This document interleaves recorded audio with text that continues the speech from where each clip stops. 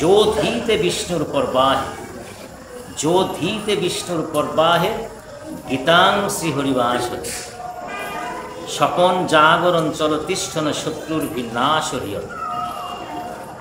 এটি বলতে কি, এটি যদি আপনি এরকম সমস্যায় পড়েন তাহলে মাসে 7 দিন গীতা গীতা পড়েন। একেবারে সহজ কথা, গীতা পড়েন। কয়দিন পড়বেন? 30 দিন পড়তে পারবেন না, 7 দিন পড়েন। কোন 7 দিন পড়বেন আছে, ব্যাখ্যা আছে। যদি আপনি এটি পড়তে পারেন তাহলে স্বপ্নে, স্বপনে, জাগরণে, অবস্থানে, যে কোনো অবস্থাতেই আপনি থাকুন না কেন কোনো বিপদ আপনাকে স্পর্শ করতে পারে। এটি ভগবান কৃষ্ণচন্দ্র। এখন এই 7 দিন কোন কোন দিন আপনাকে বেছে নিলে হবে না, শাস্ত্র যেটি বলছে সেটি অনুযায়ী করবেন। আপনি গুনে নেন, অষ্টমীর দিন করবেন, চতুর্দশীর দিন করবেন, অমাবস্যার দিন করবেন, পূর্ণিমার দিন করবেন, সংক্রান্তির দিন করবেন। মিলছে না 7 দিন? কই মিলে? মিলে নাই, মিলে নাই। আবার বলুন, অষ্টমীর দিন। অষ্টমী বলতে শুক্লপক্ষের অষ্টমী আর হচ্ছে কৃষ্ণপক্ষের অষ্টমী 2 দিন, আর হচ্ছে চতুর্দশী 2 দিন। তার মানে শুক্লপক্ষের চতুর্দশী আর হচ্ছে কৃষ্ণপক্ষের চতুর্দশী 2 দিন। কদিন গেল? 4 দিন। অমাবস্যার 1 দিন, পূর্ণিমার 1 দিন, কদিন গেল? 6 দিন। আর হচ্ছে সংক্রান্তি 7 দিন। নিয়ম করে গীতা পড়ে সবাই। থাকবে না আপনার শত্রুতা, থাকবে না আপনার ঝোট ঝামেলা, থাকবে না আপনার বিপদ আপদ, থাকবে না। যদি ভগবান কৃষ্ণচন্দ্র সত্য হয়, যদি আমার ধর্ম সত্য হয়, যদি আমার বেদ সত্য হয়, যদি আমার গীতা সত্য হয়, থাকবে না। ভক্তি, ভক্তি সহকারে করবে, বিশ্বাসে মিলায় বস্তু তর্কে বলবে। আর প্রতিদিন যদি করতে পারেন তাহলে তো আপনার মোক্ষধাম প্রাপ্তি, আপনার তো মোক্ষ প্রাপ্তি। আর গীতা পড়তে পড়তে, এটা একটা যোগ সাধনা, গীতা পড়তে পড়তে যদি আপনি চলে যেতে পারেন, গীতাকে বুকে নিয়ে যদি আপনি চলে যেতে পারেন, তাহলে তো স্বয়ং কৃষ্ণচন্দ্র আপনাকে সাথে নিয়ে বই পড়তে পারেন। হরে কৃষ্ণ। আচ্ছা, তাহলে মাসে 7 দিন আপনি গীতাটা একটু পড়েন। গীতা কেন পড়বেন বলে দিন। গীতার নামটি কেন বলবেন? গীতা হচ্ছে সহজ, গীতা হচ্ছে সহজলভ্য। গীতা সহজ, সহজে পড়তে পারবেন এবং সহজলভ্য, সবসময় পাওয়া যায়। কিন্তু একটা ভাগবত কিন্তু আপনি পাবেন না। গীতা পাওয়া যায়, গীতা পাওয়া। আরও কি কোনো সুবিধা আছে? আরেকটা বড় সুবিধা আছে, গীতা বানান করে আপনি পড়বেন, যদি আপনার উচ্চারণ না হয়, যদি ভুল হয়, কোনো পাপ নেই।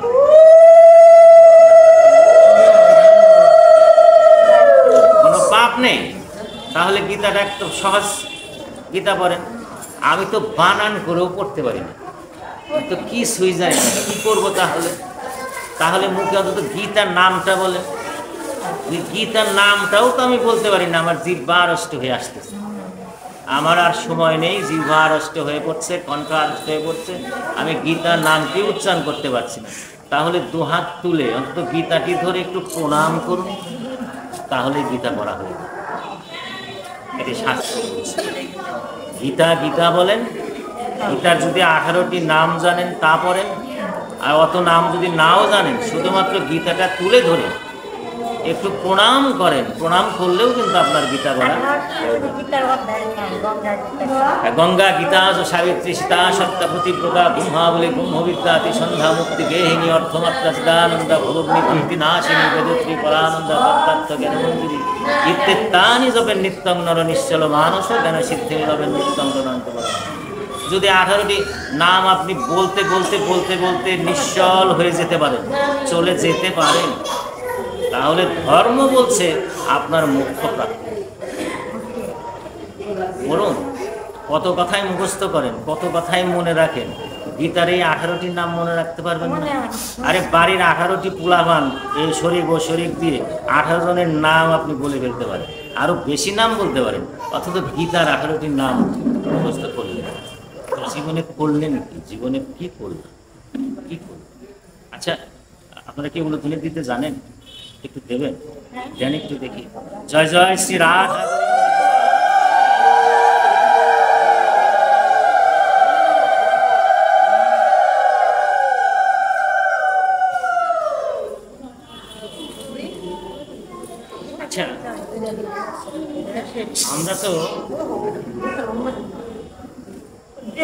আমরা তো প্রথমেই বলেছি কৃষ্ণ কথা বলব, কৃষ্ণ কথা কানে নেব। আচ্ছা, তত্ত্ব কথার উপরে একটু জোরটা আমি বেশি দেবো আজকে, কারণ কাহিনী উপাখ্যান তো প্রায় মাস শেষই হয়ে গেল না, আর কয়েকদিন আছে, অনেক অনেক শুনেছি, আর 4-5 দিন আছে। কথা বললে একটু সমস্যা হয় কি, এখানে পুরো কথাগুলো কিন্তু রেকর্ড হচ্ছে, এটা কিন্তু আবার চ্যানেলে যাবে, কাজেই সমস্যা হচ্ছে কি কথা বলবেন না, কথা বললে আমার একটু সমস্যা হচ্ছে, এই আর কি। শুনুন, কান পেতে শুনুন, আর যদি কারোর কোনো প্রশ্ন থাকে করবেন, প্রশ্নের উত্তর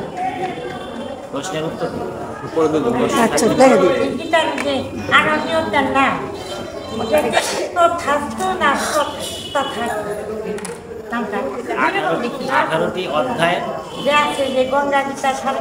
এটা 18টি অধ্যায় না, এটা গীতার নামই হচ্ছে 18টি নামই হচ্ছে। কোন জায়গায় এটা?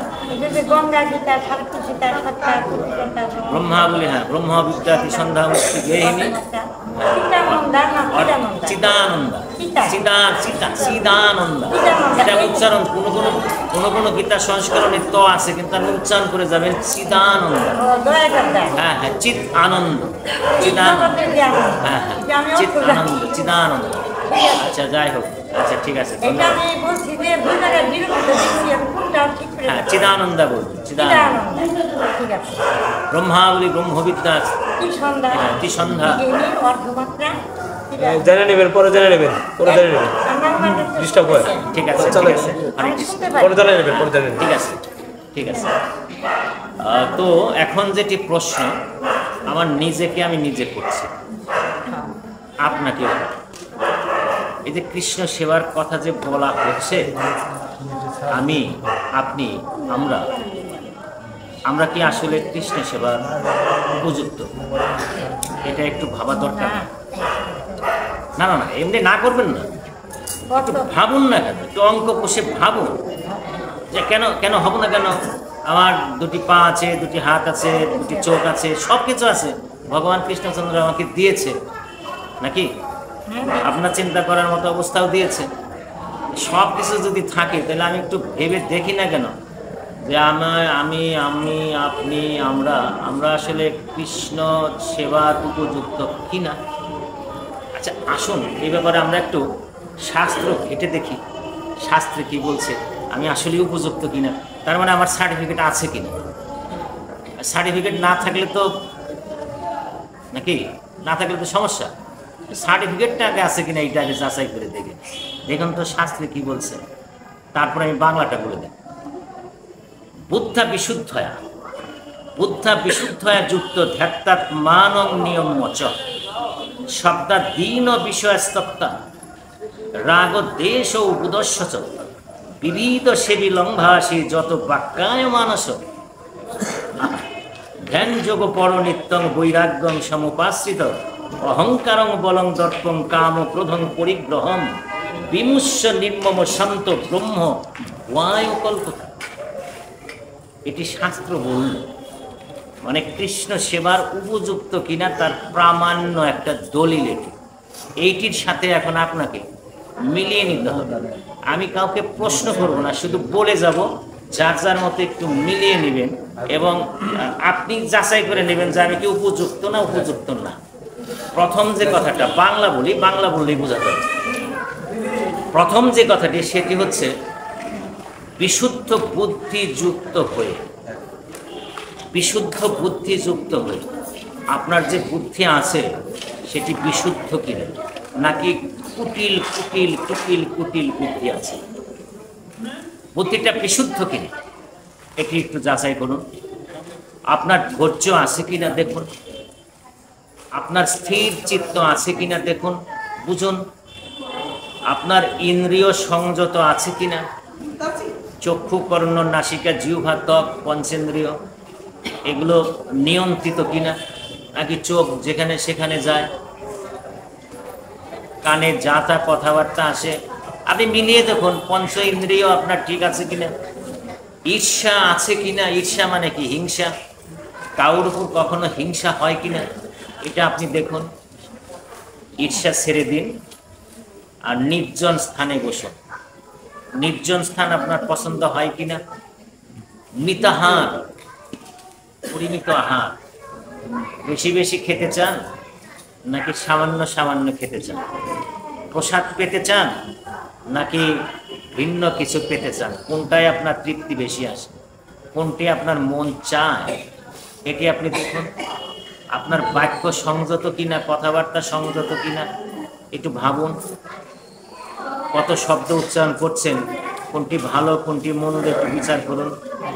আপনার দেহটা কেমন থাকে, শৌচ থাকে, শুদ্ধ থাকে না কি থাকে, কেমন থাকে? আপনার মনটা কেমন দৌড়া? মন কি খুব চঞ্চল নাকি না শান্ত? মনটা কেমন?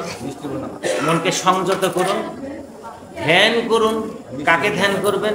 ওই সাত্ত্বিক যুগল রূপকে ধ্যান করুন। বৈরাগ্য আপনার ভিতরে আসে কিনা। বৈরাগ্য বলতে কি? এবারই সর্বনাশ।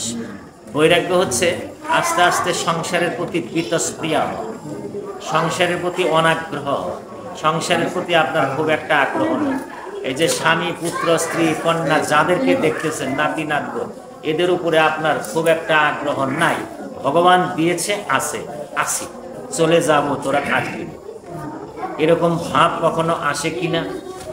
আর কি? আর হচ্ছে অহংকার। আপনার ভিতরে অহংকার আছে কিনা। আমি বলবো না যা, আপনি নিজে যাচাই করে দেবেন অহংকার মাঝে মাঝে আসে কিনা। কিসের অহংকার?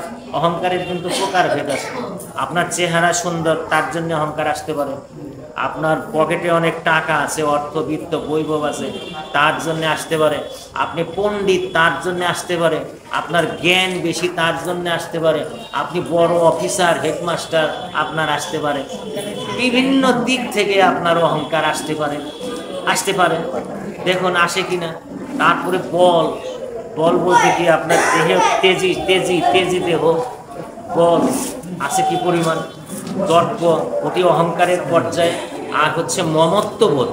মমত্ব কি? মমত্ব, এই মমত্ব কিন্তু সর্বনাশের মোহ। এটি মোহকে জন্ম দেয়। এটি আপনাকে টেনে রাখে, যেতে দেয় না। আপনি যেতে চান, ধরে রাখে, যাস নে, ঠিক আছে যাব না। এই যে মমত্ব। আর কি? কাম, ক্রোধ। এবং পরদ্রব্য দেখলে আপনার কেমন লাগে আপনি নিজে নিজে ভাবুন। যদি এগুলোর নেগেটিভ উত্তর পান, আপনি না বোধক উত্তর যদি পান, তাহলে আপনি ভালো অবস্থায় আছেন।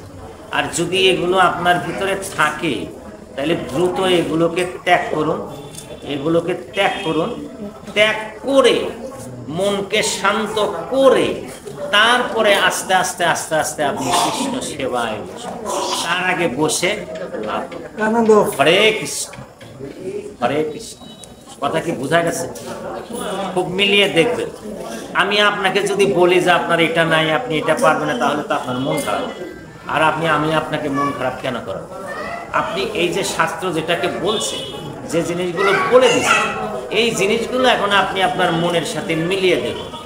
আপনার ভিতরে কাম জাগ্রত হয় কিনা, আপনার ভিতরে ঈর্ষা আসে কিনা, আপনার ভিতরে অহংকার আসে কিনা, আপনার ভিতরে লোভ জাগে কিনা, আপনার ভিতরে বৈরাগ্য আসে কিনা।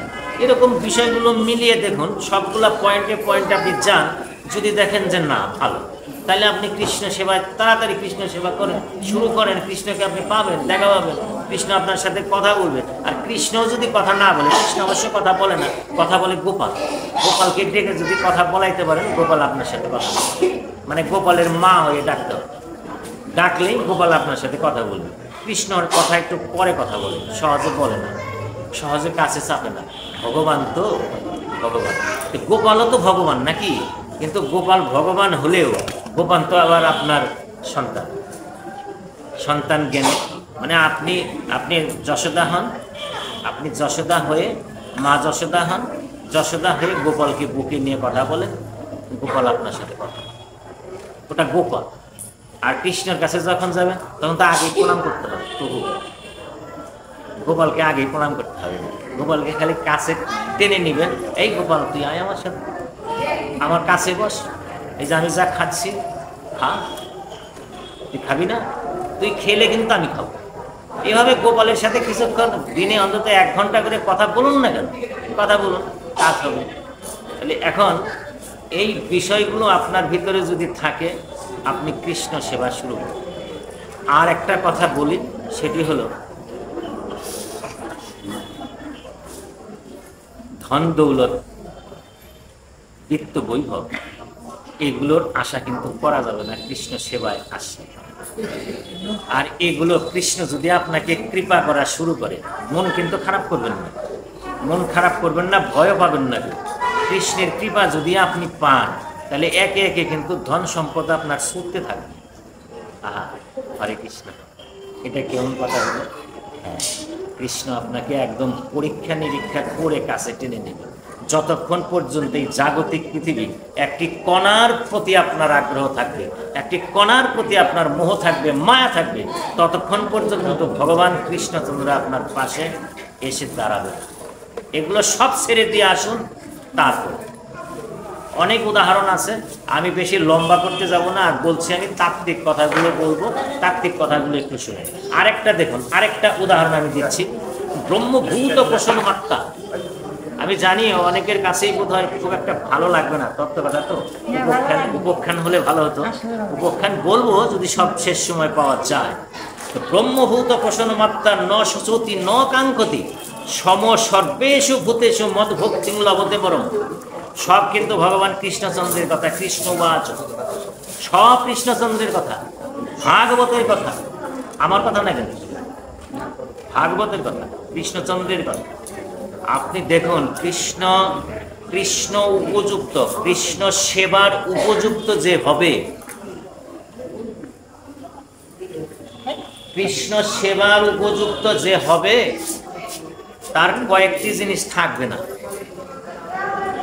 তার কয়েকটি জিনিস থাকবে না। একটি হচ্ছে তার কোনো শোক থাকবে না, তার কোনো তাপ থাকবে না, শোক তাপ থাকবে না। সামনের থেকে একজন চলে গেল, সে হরে কৃষ্ণ, ঠিক আছে প্রভু নিয়ে গেল, ঠিক আছে, শোক নেই, শোক নেই। আর কি থাকবে না? আকাঙ্ক্ষা থাকবে, কোনো কিছু পাওয়ার জন্য যে আকাঙ্ক্ষা, সেই আকাঙ্ক্ষা থাকবে, কিচ্ছু থাকবে না যদি আপনি কৃষ্ণ সেবার উপযুক্ত হন। তিনি সর্বভূতে সমভাবাপন্ন থেকে পরম ভক্তি লাভ করবে, সর্বভূতে সমদৃষ্টি থাকবে। কাউকে আপনি উঁচু ভাববেন না, কাউকে আপনি নিচু ভাববেন। কে কোন গোষ্ঠীর, কে কোন সম্প্রদায়ের, কে কোন জাতির, কে কি, এ বিষয়ে আপনার কোনো বোধ থাকবে না, আপনি কোনো কিছু ভাবতেন না। আর এটা তো একটা সহজ হিসাব, অঙ্ক তো আছে এখানে একটা। যেমন আত্মা কি? আত্মা হচ্ছে পরমাত্মার অংশ, হিসাবটা মিলান। আত্মা হচ্ছে পরমাত্মার অংশ, পরমাত্মার অংশ না, আত্মা হচ্ছে পরমাত্মার অংশ, আত্মা। সেই আত্মা যখন দেহে থাকে তখন নাম হয় তার জীবাত্মা। ঠিক যতগুলো আত্মা, যত প্রাণী দেখেন, যত প্রাণী দেখেন, প্রাণী এইগুলাকে আমার আত্মার মধ্যে বিভাজন আছে নাকি? অন্য ভগবানের আত্মা নাকি? এক পরমাত্মারই তো আত্মা, এক পরমাত্মারই তো অংশ। তাহলে তো সব আত্মাই তো আপনার আত্মার মতো, শুধুমাত্র দেহ পরিবর্তনের কারণে বিভিন্ন নাম হয়ে গেছে। আত্মা তো সেই পরমাত্মার অংশ। তাহলে আপনি কাকে হিংসা করছেন, কাকে আপনি ছোট ভাবছেন, কাকে আপনি নিচু ভাবছেন, কাকে আপনি ঘৃণা করছেন? কেন করেন? আপনার ভিতরে যখন কৃষ্ণ ভক্তি আসবে, কৃষ্ণ জ্ঞান আসবে, তখন কিন্তু এই মুসি মেথড ডোম অমুক তমুক কিচ্ছু আসবে না। আপনি সবাইকে জড়িয়ে ধরবেন এবং বল, আমার নিতাই, আমার নিতাই গৌর, আমার গৌর সুন্দর, যাকে পেয়েছেন তাকেই জড়িয়ে ধরেছেন। বলছেন কি যে একবার একটু করে কৃষ্ণ। আপনি কাকে ধরছেন জড়িয়ে? কাকে বলছেন হরে কৃষ্ণ বল? আপনার ভিতরে তো হিংসা আছে, আমার ভিতরে তো হিংসা আছে, আমার ভিতরে তো লোভ আছে, আমার ভিতরে তো কামনা বাসনা আছে, আমার ভিতরে তো আকাঙ্ক্ষা আছে। আর এইগুলো যতক্ষণ পর্যন্ত থাকবে, ততক্ষণ পর্যন্ত কৃষ্ণচন্দ্র বলছে শোয়ে শোয়ে একটু অপেক্ষা করো, এগুলোকে ত্যাগ করো, ত্যাগ করো। ভক্ত সঙ্গ করেন, ভক্ত সঙ্গ করে হৃদয়টাকে পরিষ্কার করেন, পরিষ্কার করেন। কাঁদেন, জল ঝাড়েন, ভিতরের জল জমা জল ফেলেন, জমা জল ফেলেন, ফেলে একটু হালকা হন, হালকা হয়ে তারপর কৃষ্ণচরণ আশা করেন। এত ভাগবত আসরে যাচ্ছি, কোনো কাজ হচ্ছে না, এত নাম শুনছি, কোনো কাজ হচ্ছে না। সবসময় তো আমি কথাটা বলে যাই, কারণটা কি? ভিতরে একেবারে জমাট বাঁধা, ধুমা ধুমা জমাট হয়ে আছে, বরফের মতো পাথর হয়ে আছে। এগুলোকে ছাড়াইতে হবে। একা একা ঘরে বসে কৃষ্ণচন্দ্রের সেবা করেন, কৃষ্ণচন্দ্রের চরণ দেখেন, যুগল মূর্তি দেখেন, আরাধনা করেন, চোখের জল ফেলেন। আরে বাবা, আপনার ছোট ছেলে একটু কিসের সাথে কি হাঁটতে গিয়ে একটু আঘাত পেল, আপনি কান্না করে দিতেছেন। আর গোপালটা যে এতক্ষণ বসে রইল, আবার গোপালকে যখন ধরে আনতে গেলেন, চট করে একটু জানি কার সাথে একটু বাজলো, ওই আপনার চোখে তো জল আসে না, কেন আসে না? তাহলে কি প্রেম হলো গোপালের সাথে আপনার? আপনার পেটে হয় নাই বিধায়, আপনার ওই পেটটা কাট, ওটাও তো আমার কৃষ্ণচন্দ্রই দিয়েছে। তাইলে কাঁদেন না কেন? গোপালকে নিয়ে আপনি কাঁদেন না কেন? কাঁদেন, বাসায় বসে বসে কাঁদেন, কাঁদেন, কাঁদি তো, কাঁদি তো, কাঁদেন তো। কিসের কান্না কাঁদেন জানেন? কাঁদেন, কি কাঁদেন? আমার মেয়েটার বিয়ে হয় না গোপাল, তুই একটা ব্যবস্থা কর। আমার ছেলেটার চাকরি হয় না গোপাল, তুই একটা ব্যবস্থা কর। এই যে আমার তিনি ঘরে পড়ে রয়েছে, তুই তাহলে ভালো করে এর জন্য এই কান্না। আচ্ছা, কয়জনের কাজ করবে আমার ভগবান? সবাই খালি চায়। এটা নিয়ে যে পার্বতীর সাথে ভগবান শিবের একটা খুব রস কাহিনী আছে, রস কাহিনী আছে। কি? চতুর্দশীর দিন, শিব চতুর্দশী বলে না ওটাকে, শিব চতুর্দশীর দিন এই শিবকে পার্বতী বলছে তুমি যাইতে পারবো না, তুমি যাইতে পারবো না। কেন? আমি যাবো না কেন? আমার ভক্তরা অপেক্ষা করছে, যেতে হবে, যেতে হবে। তোমার শরীর খারাপ হয়ে যাবে, একটু জাগতিক বিষয় নেই বলি, তোমার শরীর খারাপ হয়ে যাবে। কেন? তুমি যে দেখো সবার কাকে, ওই যে কাকে বড় বড় কলসিতে করে জল আর সব তোমার মাথায় ডাল, আর যদি কেউ তোমাকে সে নিয়ে যায়, তোমাকে আমি যেতে দেবো। ভগবান শিব বলতেছে, জানো উমে, আমাকে কেউ চায় না, ওদের চাওয়া হয়ে গেছে, শুধু ওদের সাথে যোগ চায়। হরে কৃষ্ণ, হরে কৃষ্ণ। চাওয়া আগেই আছে, খালি একটু যোগ চায়। বুঝেন না আপনারা? মানে ভগবান শিবকে কেউ চাচ্ছে না, আমাকে কেউ চায় না। পার্বতী, উমে তোমার ভয়ের কোনো কারণ নেই, আমি কোথাও যাব না, আমাকে কেউ চায় না, আমার কাছে খালি চায়, আমাকে চায় না, আমার কাছে চায়, কাজে ভয়ের কোনো কারণ নেই। আর যে জল ঢালছে না, ও জলে আমার কিছু হবে না, কারণ আমার মাথায় তো, আমার শিরে তো গঙ্গা সবসময় থাকে থাকে। এখন ভগবানও বলছে, ভগবান ভগবান ভগবানের কাছে সারা দিন ভরে যতবার ভগবান বলছি, ততবারই খালি বলছি এটা ওটা ওটা। আরে বাবা, আকাঙ্ক্ষা বাদ দেন, আকাঙ্ক্ষা বাদ দিয়ে তারপর বলেন। ওই একবার তো বলতেছেন না আপনি, ভগবান তুমি তোমার চরণে আমাকে নিয়ে নাও, তা তো বলেন। আপনি যেতে চান না তো, আপনি এই সংসারের আনন্দ ছেড়ে তো যেতে চান না। হ্যাঁ, ছোট্ট নাতি, ছোট্ট নাতি, কত কত আনন্দে আছেন। আরে প্রমোশন তো হচ্ছে, আবার ডিমোশন হবে, ডিমোশন, প্রমোশন হচ্ছে, আবার আস্তে আস্তে ডিমোশন হবে। এই ডিমোশনে একটা ভালো কাহিনী আছে।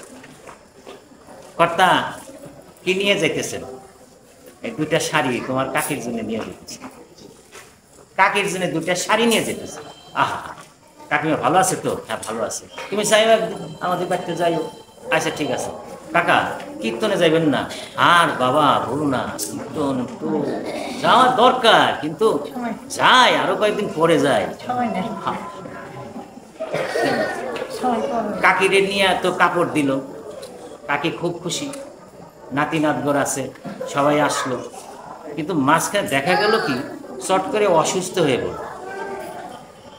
না, অসুস্থ একটু পরে হোক, আর একটু প্রমোশন দিয়ে নেই তো, আয় উন্নতি, অনেক কিছু হচ্ছে, অনেক কিছু হচ্ছে, পয়সা আসতেছে, একতলা দুতলা তিনতলা চারতলা হয়ে গেছে, হয়ে গেছে, রাতারাতি হয়ে যাচ্ছে।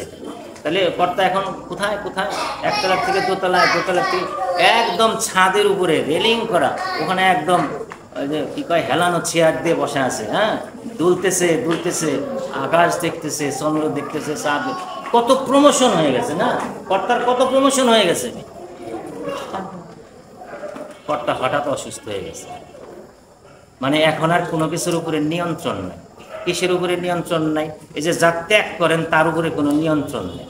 মানে এখন বিছানাপত্র বসার জায়গাটা নষ্ট হয়ে যায়। বৌমা যায় বলতেছে, বাবা আজকে তো বাড়িতে অনেক লোকজন আসবে, তাহলে আপনার একটু নিচতলায় নিয়ে যাই, ওখানে থাকেন কয়েকদিন। দেও, তোমাদের যদি লোকজন আসে, আমার তো একটু সমস্যায়, আমি তো এখন ঠিক নাই, আগের মতো নাই। নিচতলায় নামিয়ে নিয়ে আসছে, নিচতলায়। আর নিচতলায় থাকতে থাকতে এমন পর্যায়ে হয়ে গেছে, ওই লোকজন বাড়িতে ঢুকে আর মুখে কাপড় দিয়ে ঢুকে। তখন বৌমা বলতেছে, বাবা সমস্যা হয়ে গেল, লোকজন তো বাসায় ঢুকতেই পারে না, আসতেই চায় না, তো বরঞ্চ তোমার কাজ করি, তোমার ওই যে পাশের যে ঘরটা আছে ওই ঘরে নেই, ওই ঘরে, পাশের ঘরে। এখন আর তালার মধ্যে নাই, এখন ওই যে জালার মধ্যে গেল। ঠিক আছে না? দেখেন কোথায় প্রমোশন হচ্ছিল, আবার এই যে ডিমোশন হয়ে গেল। এইভাবে কিন্তু হবে হবে হবে, আস্তে আস্তে হবে। আর মৃত্যুটা শুরু হবে কোন জায়গার থেকে জানেন?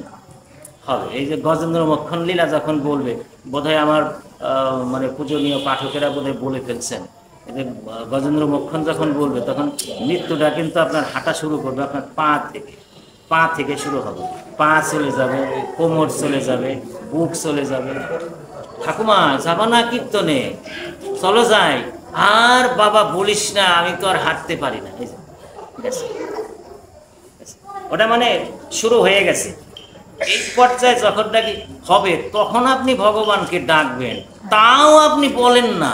এ পর্যায়ে যে আপনি গেছেন, তাও আপনি বলতেছেন না যে ভগবান তুমি আমাকে নিয়ে যাও, তোমার চরণে আমাকে ঠাই, তা বল। তখনও আপনি বলেন, আমার নাতিদার যদি এটা দেখে যে ব্যাপারটা, আহা, তখনও আশা, সংসারের উপরে আশা, ছাড়তে পারতেছেন না। অথচ কি বলছে শাস্ত্র, কি বলছে? কাতব কান্তা কস্তে পুত্র, কে তোমার স্ত্রী, কে তোমার পুত্র, কে তোমার পুত্র? কাতব কান্তা কস্তা পুত্র, কস্তা পুত্র কাকে চাও? যতক্ষণ পর্যন্ত এই বোধ না আসবে, ততক্ষণ পর্যন্ত কৃষ্ণ সেবার উপযুক্ত হওয়া যাবে। হরে কৃষ্ণ। আর কি বিশুদ্ধ গুণ, বিশুদ্ধ যে গুণ আপনার দেহে, সেই বিশুদ্ধ গুণকে উন্মোচিত। বিশুদ্ধ গুণ আপনার ভিতরে আছে, ভগবান কৃষ্ণচন্দ্র কিন্তু বিশুদ্ধ গুণ আপনাকে দিয়েছে। আপনি শুধু তাকে উন্মোচিত করুন। ঢেকে রেখেছেন, বিভিন্ন বিষয়াদি দিয়ে ঢেকে রেখেছেন, একটু সরিয়ে রাখুন, দেখবেন যে বিশুদ্ধ গুণ উন্মোচিত হচ্ছে। এখন আর কি, আজ থেকেই আপনি যদি উন্মোচন করতে চান, রাগ করবেন না, জোর করছি না, বলছি সাত্ত্বিক ভোজন করেন। সাত্ত্বিক ভোজন কি? সাত্ত্বিক ভোজন কি বলবো? সাত্ত্বিক ভোজন কি? সাত্ত্বিক ভোজন করবেন হলো প্রাণী মরা খাওয়া বন্ধ করে। সম্ভব না, তাই না? এটা সম্ভব না। আর যতক্ষণ পর্যন্ত এটা সম্ভব না, ততক্ষণ পর্যন্ত আপনার বিশুদ্ধ গুণ উন্মোচিত হবে। আচ্ছা, মরা শব্দটা কেন বললাম জানেন? একটু ব্যাখ্যা দিই। আপনি যা খাচ্ছেন সব মরা খাচ্ছেন, মাইরা খাচ্ছেন, বধ করে খাচ্ছেন, প্রাণী বধ হচ্ছে, মরা, তাজা খাচ্ছেন। চট করে, এখানে তো অনেক শিক্ষিত আছে, চট করে প্রশ্ন করতে পারে, তাজা খাচ্ছি না মানে এই যে গাছের কি প্রাণ নাই? আছে। সবজির কি প্রাণ নাই? আছে। তাহলে তো তাজা খাচ্ছি। হ্যাঁ, খাচ্ছি।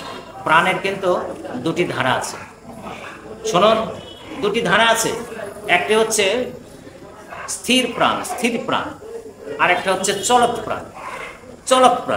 আর একটা হচ্ছে স্থির প্রাণ। স্থির প্রাণ কোনগুলো? স্থির প্রাণ হচ্ছে এই যে আপনার শাক সবজি বৃক্ষাদি যা আছে, এগুলোর থেকে যা আপনি খাচ্ছেন, এগুলো হচ্ছে স্থির প্রাণ।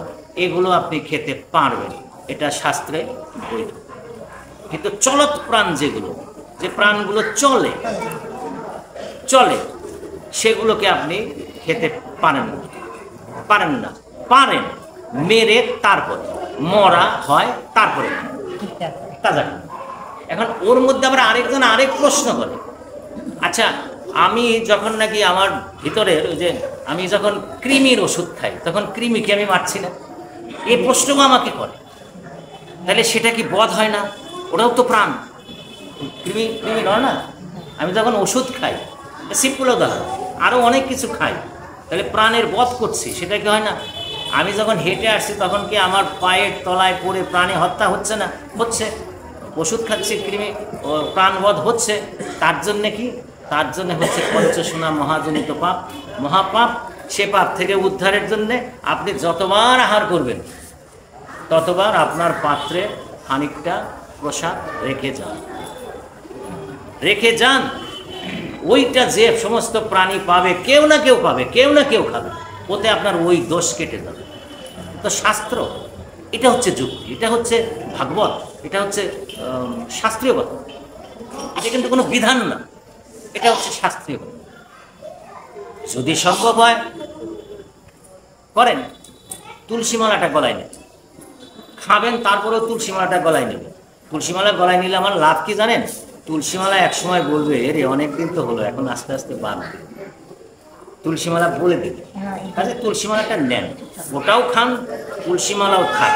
তুলসীমালাই একদিন বলে দেবে যে এখন আস্তে আস্তে বাদ দে, এখন একটু পথে আয়, হ্যাঁ হরে কৃষ্ণ বল, এগুলো বাদ দে, এগুলো খাস নে। আর দেখুন, এই যে আপনি যদি একটা মাস, এই যে আমাদের নিয়মের মাস চলছে, এই যে আমাদের নিয়মের মাস, আর কয়েকটা দিন আছে, অনেক লম্বা মাস। অবশ্য আমরা সারা বছরই নিয়ম, কিন্তু বিশেষ আমরা কিন্তু ভালো আছি, ভালো আছি, খুব ভালো আছি। আপনারা একটু আসেন এই রাস্তায়। আচ্ছা, এই যে এতগুলো কথা বললেন, এই ব্যাপারে ভাগবতে কি কোনো কথা আছে? না করেন কেন? আছে, না করেন কেন? আছে। এই দেখুন, আমি ভাগবত দেখে একদম বলতেছি। এই যে ভাগবত কি বলছে? 11 স্কন্দের 5ম অধ্যায়ের 13-14 নম্বর 2টা শ্লোক, মাত্র 2টা শ্লোক বলে দিচ্ছে। কি? যদ ঘ্রাণ ও ভক্ষ বিহিত সুরায়স্তথা পাশর লাভনং ন হিংসা এবং ব্যবায় প্রজয়া নরত্বইমং বিশুদ্ধং ন বিদু স্বধর্ম যে তনেম্বি দোষস্তু শুদ্ধা সদ্ভিমানিনঃ পশুন দ্রুজন্তি বিশুদ্ধা প্রেত্য খাদন্তি তেসতাম। 13 নম্বর এবং 14 নম্বর। বাংলাটা কি দেখুন, এই যে মুখে বলি আমরা, আপনারা বলেন, মাঝে মাঝেই বলেন, মাঝে মাঝে অনেকেই ফোনও করে এবং অনেকে দাঁড়িয়েও প্রশ্ন করে, ভাই আপনারা যে না করেন, কোনো বই আছে, কোনো শাস্ত্রে আছে? এরকম দেখিয়ে দিয়ে যাচ্ছি, একদম উল্লেখ করে দিয়ে যাচ্ছি, একদম ভাগবতের আরেকটা কথা বলি। এই যে ভাগবতটি দেখতে পাচ্ছেন, এটি কিন্তু আমার আমার আমার বংশগত ভাগ, তার মানে আমার বংশের হাতে, আমার যারা পূর্বপুরুষ তাদের হাতের, তাদের সংগ্রহ। এটা কিন্তু রাস সংস্করণ। এখনকার যে ভাগবত, বাংলা ভাগবত কিন্তু এটা না, এটা কিন্তু ওই যে একটা বিশেষ গোষ্ঠী সম্প্রদায় আছে, তাদের লেখা ভাগবত না। এটা কিন্তু দাদার বাবার দাদার বাবার দাদার বাবার তাদের হাতের সংগ্রহ করা ভাগবত। অনেক পাতা নাই, পাতা ছিঁড়ে গেছে এবং ভাঁজ করলে ভেঙে যায়, এখন তাও ধরে রেখেছে। সেটার থেকে আমি বলছি, সেই ভাগবত থেকে বলছি। 11 স্কন্দের 5ম অধ্যায়ের 81 পৃষ্ঠা, 11 স্কন্দের 5ম অধ্যায়ের 13 এবং 14 নম্বর শ্লোক। ভাগবত পাঠ করে দেখাচ্ছে। বাংলাটা কি? যে যজ্ঞে মদ্যপানের ব্যবস্থা আছে, থাকে না অনেক যজ্ঞে, যেমন পূজায়, আমার মায়ের পূজায় মদ্য দেয় না, মদ্যপানের ব্যবস্থা আছে। তা পান না করে, সাক্ষাৎ পান না করিয়া আঘ্রাণ লইলেই তো ভোজন বিহিত হয়। কি বললে এখানে? খান কেন? এত খান কেন?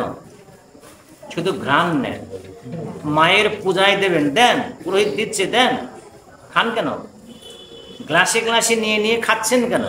খেয়ে আবার ওরকম হচ্ছেন কেন? হরিবল হরিবল হচ্ছেন কেন? আপনাকে ঘ্রাণ নিতে বলছে শাস্ত্র। তাহলে কি বলছে? যে যজ্ঞে মদ্যপানের ব্যবস্থা আছে, তা সাক্ষাৎ পান না করিয়া আঘ্রাণ লইলেই তো ভোজন বিহিত হয়। পেয়েছেন? আচ্ছা, এবার আসুন, যেখানে দেবত উদ্দেশ্যে পশু বধের ব্যবস্থা আছে, বোঝা যায় না কথাটা? দেবতার উদ্দেশ্যে পশু বধের ব্যবস্থা আছে, যে বলি, জয় মা তারা, বলি বলি। অবশ্য এখন বলি আবার বাড়িতেও দেয়, কালী ছাড়াও বলি হয়, কালী ছাড়াও বলি হয়। কেন বলি হয়? ওই যে 3 জামাই আসবে, 3 জামাই আসবে, আবার মায়ের সামনে যে বলি হয় না, কাকা এবার বলি কয়টা? বাবা বলো না, এবার বলি হচ্ছে 3টা দিচ্ছি। এত কেন? জানো না আমার 3 মেয়ের জামাই আসতেছে, অবশ্য সাথে আরো বন্ধু। কার জন্য বলি হচ্ছে এটা? এটা হচ্ছে জামাই বলি, জামাইয়ের জন্য বলি, মায়ের জন্য বলি না। আচ্ছা যাকে যাক, ওই লাইনে আমি যাব না। আমি যেটা বলতে চাচ্ছি, যে যেখানে দেবতার দেশে পশুপতির ব্যবস্থা আছে, সে স্থলে পশুকে একেবারে প্রাণবধ না করিয়া কোনো অঙ্গ ছেদন দ্বারা দেবরারাধন করিলেই তো বধ বিহিত হয়। কি বললো তাহলে কথাটা? হত্যা করতে না করলো, বলি দিতে না করলো, বললো কি যে একটা অঙ্গ ছেদন করে, একটু কানটা কেটে দাও, একটু পাটা কেটে দাও, একটু সামান্য একটু আঁচড় দিয়ে দাও, তাহলেই তো প্রাণ বধের কথা কিন্তু না করি। আর কি বলল? সন্তানার্থ যে স্ত্রী সঙ্গ তাহাই বিহিত। স্ত্রী সঙ্গ কখন হবে? যখন আপনি সন্তান প্রত্যাশা করবেন তখন, রমণ নিমিত্ত স্ত্রী নয়। ভাগবত বলছে। কিন্তু অজ্ঞ লোকেরা, অজ্ঞ মানে কি? যারা জানে না, যারা মূর্খ, যারা জানে না, অজ্ঞ লোকেরা এই বিশুদ্ধ ধর্ম না জানিয়া আত্মসুখার্থে ওই সমুদয়ই করিয়া থাকে। কি বললো কথাটা? আচ্ছা আবার আসুন, যে সকল অসৎ আপনাকে সৎ বলিয়া অভিমান করে, আসলে অসৎ, ভিতরে কুকীর্তি, কুধর্ম, কুচিন্তা, অশালীন কিছু ভাবনা, সে নিজেকে সৎ বলে অভিমান করে, সেই মূর্খরা পূর্বোক্ত দোষ অর্থাৎ প্রাণীবধ নিমিত্ত অধর্ম না জানিয়া, নিঃসঙ্ক চিত্তে পশু হত্যা করে। ওরা ধর্মই বুঝে না এবং বলে কি যেটা অধর্ম, পশুবধ করতে হবে, পশু বধ করে। সেই সকল হত পশু পরলোকে গিয়া সেই ঘাতকগণকে ভক্ষণ। আহা, যাদেরকে বলে দিচ্ছেন তারাই একদিন পরকালে আপনাকে খাবে। ভাগবত যুগী শব্দ। আমি একদম ভাগবতের শ্লোক দিয়ে আপনাদের সামনে বলে দিলাম, একেবারে প্রমাণ দিয়ে বলে গেলাম। এখন আপনি কি করবেন? আপনি একটি বিধান আছে যে আমি তো অনেকবার চেষ্টা করেছি, কিন্তু আমার ঠাকুমা না করে। আমি অনেকবার চেষ্টা করেছি, আমার বৌমা না করে। বলি সংসারে চলছে, ফ্যামিলিতে চলছে, আমার মন্দিরে চলছে, সেই পিতৃপুরুষের আমল থেকে চলছে। এটা চট করে বাদ দিলে কি হবে? বাদ দিতে যায়। কলিতে ভাগবত বলছে, কলিতে পশুবধ নেই, কলিতে বলি নেই, প্রাণবধ নেই। কলিতে প্রাণবধ করতে পারবে, আপনাকে অহিংস হতে হবে। আপনি যদি ধর্ম পালন করেন তাহলে আপনাকে অহিংস হতে হবে। হিংসা ত্যাগ করুন, প্রাণীবধ বন্ধ করুন, নাহলে এই প্রাণীগুলোই কিন্তু আপনাকে গিয়ে পরকালে।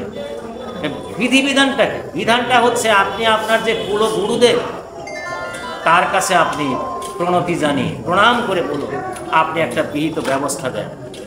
গুরুদেব বলে দেবে, বাবা তুমি ছেড়ে দাও, যদি তিনি বৈষ্ণব গুরু হন। তা নাহলে কুল পুরোহিত, তার কাছে বলুন। আর যদি তাও না হয়, তাহলে আপনি যে সমাজে আছেন সেই সমাজে যারা পণ্ডিত বলো, সেরকম 5 জন পণ্ডিত ডেকে আপনি সিদ্ধান্ত নিন। তবু আপনি আর বলি দেবেন না, আপনি আর পশুবধ করবেন না। আর আপনি এই যে তাজা খাচ্ছেন, মেরে খাচ্ছেন, এগুলো আস্তে আস্তে বন্ধ করে দেবেন। এগুলো বন্ধ করুন। এবং বন্ধ করে যদি আপনি চলতে পারেন, সেটা সবচেয়ে ভালো হবে। এবং আপনি নিরাপদে থাকবেন, আপনার বিশুদ্ধ জ্ঞানের উদয় হবে, আপনার ভিতরে যে জ্ঞানটা চাপা পড়ে আছে সেই জ্ঞানটা উন্মোচিত হবে এবং ভগবত জ্ঞান হবে। সে তখন আপনি ভগবান কৃষ্ণচন্দ্রের সাক্ষাৎ করবেন, আপনার গোপাল আপনার সাথে কথা বলবে। হরে কৃষ্ণ।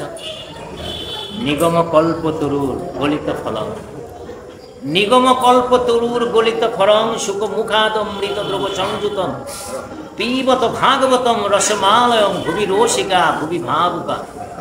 এ রসিক, এ ভাবুক সভাসদগণ, এই যে আপনারা যারা বসে আছেন তাদের কাছে ভাগবতের এই কথাটি উপস্থাপিত। কার মুখ নিঃসৃত? শুকদেব গোস্বামী শ্রীপাদ মুখ নিঃসৃত। পান করুন, আস্বাদন করুন, স্বাদ নিন।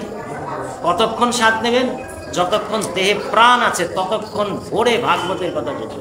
সারা রাত্রিও যদি ভাগবতের কথা শুনুন, কখনো বিরক্তি আসবে না। বিরক্তি আসার কথা না। নিত্য নূতন মনে হবে, নিত্য নূতন মনে হবে, নবীনা মনে হবে। ঠিক আমার কৃষ্ণচন্দ্রকে আপনি যত দেখবেন তত ভালো লাগবে।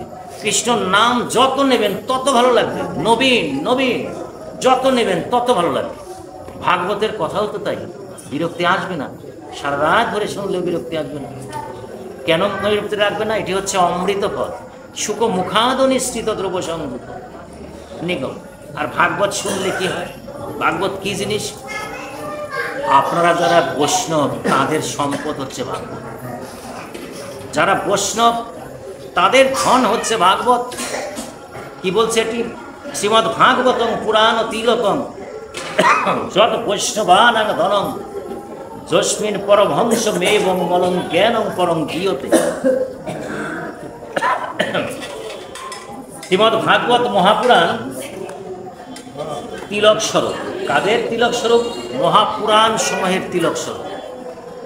যত মহাপুরাণ আছে, 18টি মহাপুরাণ আছে, তার তিলক স্বরূপ হচ্ছে শ্রীমদ্ ভাগবত। আর এটি কি? বৈষ্ণবগণের একমাত্র সম্পদ। এবং এতে পরমহংসগণের প্রাপ্ত নির্মল জ্ঞান গীত হয়েছে। গীত মানে এখানে গান না, গীত মানে বর্ণনা হয়েছে, বলা হয়েছে, ব্যক্ত হয়েছে, গীত হয়েছে পরমহংসগণের। পরমহংসগণ কেন বলা হলো? কারা পরমহংস? পরমহংস কারা? হংস, পরমহংস। হংস মানে কি? হাঁস। হাঁস না, হাঁস। পরমহংস, হাঁসের সাথে তুলনা করা হয়েছে। কেন? কাদের? অর্থাৎ তারা এই সংসারেই আছেন, সংসারে থাকেন, কিন্তু সংসারের কোনো কর্দম তাদের গায়ে লাগে না, কোনো কাদা তাদের গায়ে লাগে না। যেমন হাঁসটি যখন পুকুরে সাঁতার কাটে তখন কিন্তু ওই হাঁসের গায়ে জল লাগে, হাঁসের গায়ে কিন্তু জল লাগে না। এ কারণে তাকে বলা হয়েছে পরমহংস। তার মানে কি? এখানে কোনো লোভ, লালসা, কামনা, বাসনা কোনো কিছুই তাকে আঁকড়ে ধরে না। এমনভাবে সে সংসারে থাকে যেমন পরমহংস। তাকে বলে পরমহংস।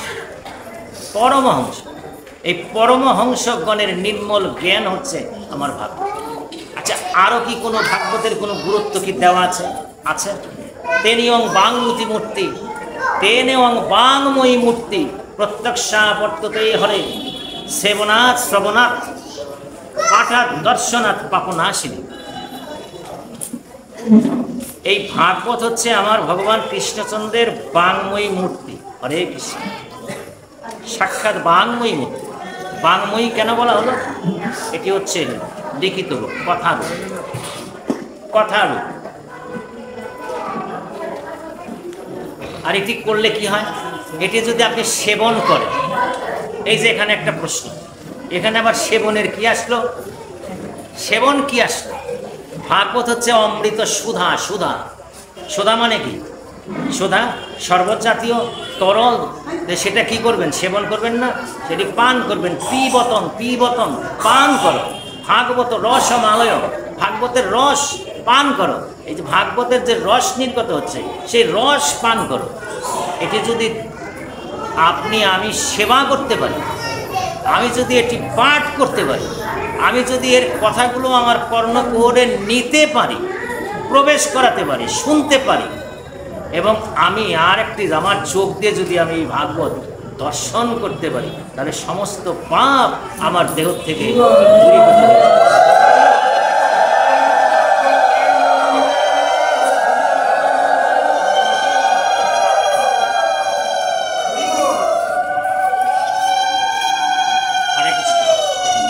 আর কি অন্তকালে তু যে নইব, আরেকটা প্রমাণ দিচ্ছি, অন্তকালে তু যে নইব সুমতে শুকশাস্ত্রবাক, শুকশাস্ত্রবাক পৃত্তাতশৈব বৈকুণ্ঠং গোবিন্দ বিপদস্যতি।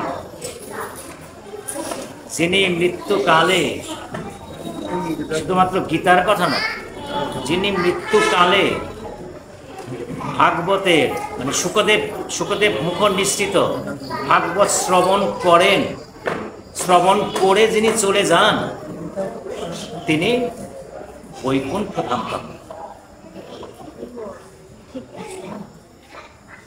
মৃত্যুকালে যে ভাব থাকবে সেই ভাবেই কিন্তু তার জন্ম হবে, গীতায় বলেছে।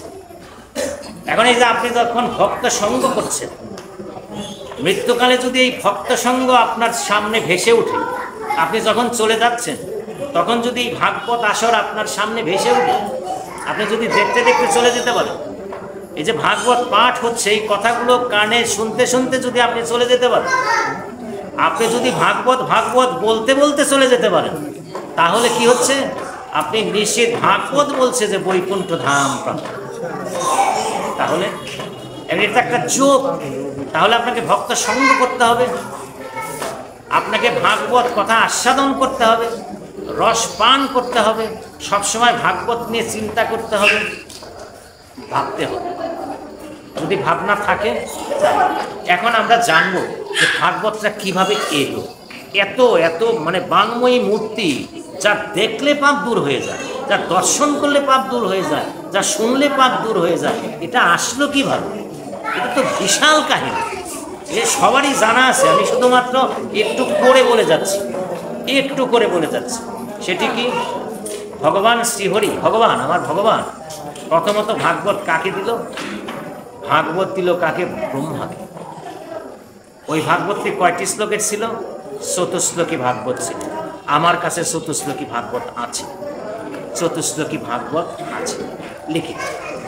এই 4টি শ্লোক যদি আপনি মুখস্থ করেন তাহলে তো পুরো ভাগবত আপনার মুখস্থ হয়ে গেল। এই 4টি শ্লোক আমি এক সময় আসলে দিয়েও ছিলাম ফটোকপি করে, উত্তর পাইনি, কেউ পড়ে না। পড়ার কথা বললেই পিছিয়ে যায়, মুখস্থ করবে না। প্রতিদিন যদি একটা করে শ্লোক মুখস্থ করে, 4 দিনে 1 সপ্তাহে যদি একটা করে শ্লোক মুখস্থ, 4 সপ্তাহে 1 মাসে 4টা শ্লোক মুখস্থ, পুরো ভাগবতটা মুখস্থ হয়ে যায়। আর এই 4টা শ্লোক যদি আওড়াতে আওড়াতে চলে যেতে পারে তাহলে তো কোনো কথাই নেই। তাহলে ব্রহ্মাকে দিলেন চতুশ্লোকী ভাগবত। শ্রোতা কে ছিলেন ওই সময়? পাশে কে ছিলেন? আমার ভোলা বাবা, ভোলা মহেশ্বর। শ্রোতার দাম বেশি, যে আমি যে বলছি আমার সে আপনার দাম অনেক বেশি, অনেক মূল্যমানের। আপনি আগে ভগবানের চরণ পাবেন, আমি পাবো না। শ্রীহরি ব্রহ্মাকে চতুশ্লোকী ভাগবত দিলেন, পাশে দাঁড়িয়ে শুনলেন কে? আমার ভোলা বাবা। ভোলা বাবা অমর হয়ে গেলেন, ব্রহ্মা অমর হতে পারলেন। মন্বন্তর এবার ব্রহ্মার পরিবর্তন হবে, কিন্তু আমার ভোলা বাবার কোনো পরিবর্তন নেই। সত্ত্বেও ভোলা বাবা ছিল, ওই দাপরেও ছিল, ত্রেতায়ও ছিল, কলিতেও আছে, যদি আরো থাকে প্রলয় ঘটিয়ে তিনি যাবেন। ভোলা বাবা অমর, এর একটা বিশাল ইতিহাস আছে, আমি গত আসরে এখানে বলেছিলাম। আচ্ছা, আরেকটা কি? ব্রহ্মা কাকে দিলেন? ব্রহ্মা দিলেন নারদকে। কাকে দিলেন? নারদকে। বাড়াইতে পারেন ওই চতুশ্লোকী, ওই 4টি শ্লোকী দিলেন। আর নারদ কাকে দিলেন? নারদ দিলেন ব্যাসদেব। ব্যাসদেবকে, মহর্ষি কৃষ্ণ দৈপায়ন বেদব্যাস, তাকে দিলেন। কটি দিলেন? ওই চতুশ্লোকী দিলেন, ওই 4টি শ্লোকী দিলেন। ব্যাসদেব সেটি পাওয়ার পরে সেটির শ্লোক সংখ্যা বাড়ালো কত? 18,000। 4টা শ্লোক থেকে কতগুলো শ্লোক হলো? ভাগবতের 18,000 শ্লোক। 18,000 শ্লোক উনি করে ফেললেন। কয়টি অধ্যায়ের মধ্যে নিলেন? 335টি অধ্যায়ের মধ্যে নিলেন। 335টি অধ্যায় কতটি স্কন্ধের মধ্যে গেল? 12টি স্কন্ধের মধ্যে গেল। 12 স্কন্ধ, 335 অধ্যায়, 18,000 শ্লোকে এই ভাগবত। ব্যাসদেবের কাছ থেকে কে পেল? কে পেল?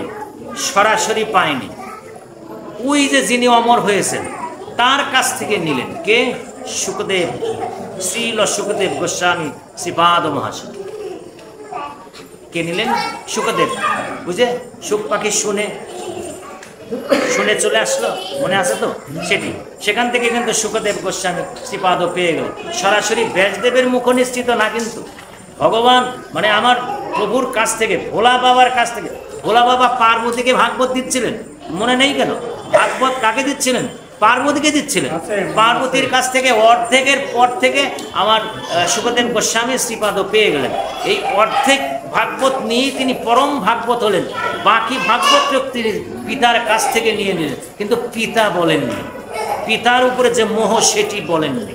সেটির মোহটা কিন্তু তার ছিল না, দিগম্বর ছিল, দিগম্বর ছিল। এই পর্যন্ত কিন্তু আমরা ভাগবত পেলাম। তারপরে কি হলো?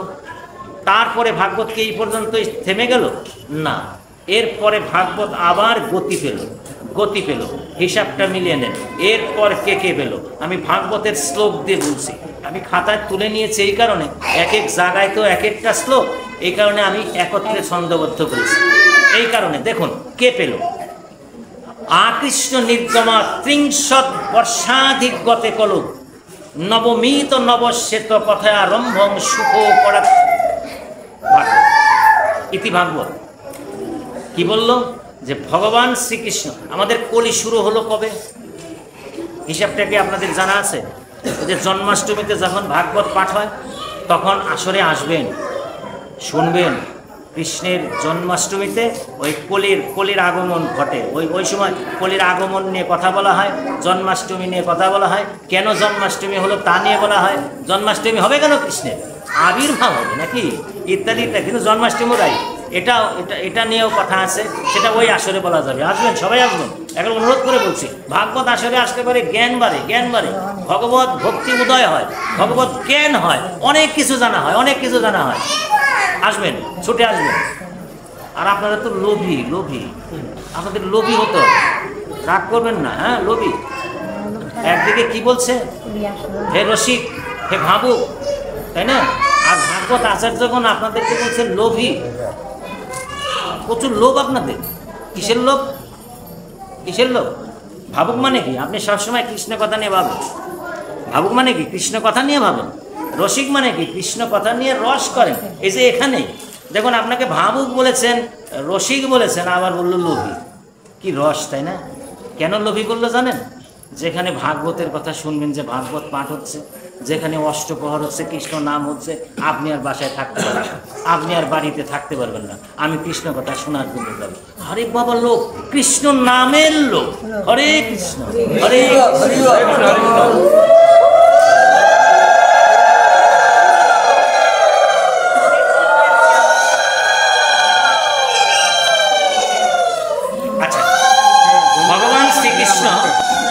ভগবান শ্রীকৃষ্ণ দাপর লীলা শেষ করে যখন চলে যান, অন্তর্হিত হন, ঠিক তারপরের থেকে কলি শুরু।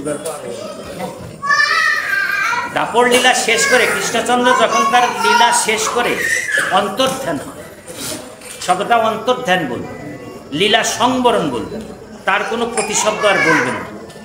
যখন তিনি লীলা শেষ করেন, লীলা সংবরণ করেন, যখন অন্তর্ধান হয়, তখন থেকে কলি শুরু হয়।